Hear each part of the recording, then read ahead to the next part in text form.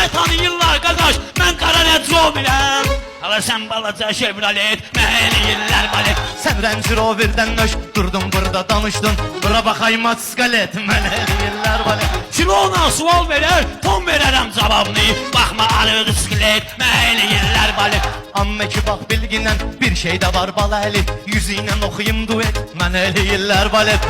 Mən kasımın da dostuyam, varlının da dostuyam.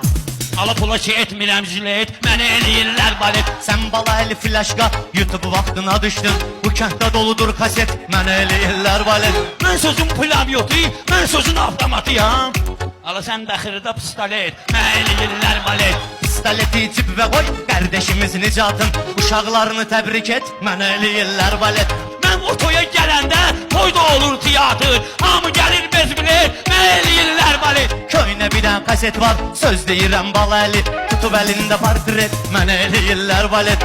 Mənə zamanın elçini, Beşər babası deyirlər. Mən onlara vururam çilet, mənə eləyirlər balet. Muskalli meyxanəni çoxları başlayıbdı. Kimdə olsa estafet, mənə eləyirlər balet. Hər bizi öz şirinliyir, özünə çatmıyır sənin. Ala mən tortam, sən rulet, mənə eləyirlər balet. Birdən vururam qarnıva, elə açarsan ağzıvi.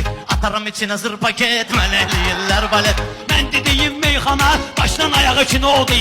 Mən başda olam, sən sujet, mənə eləyirlər balet. Maçdağa bülbül əlini ömrü boyu istəyib.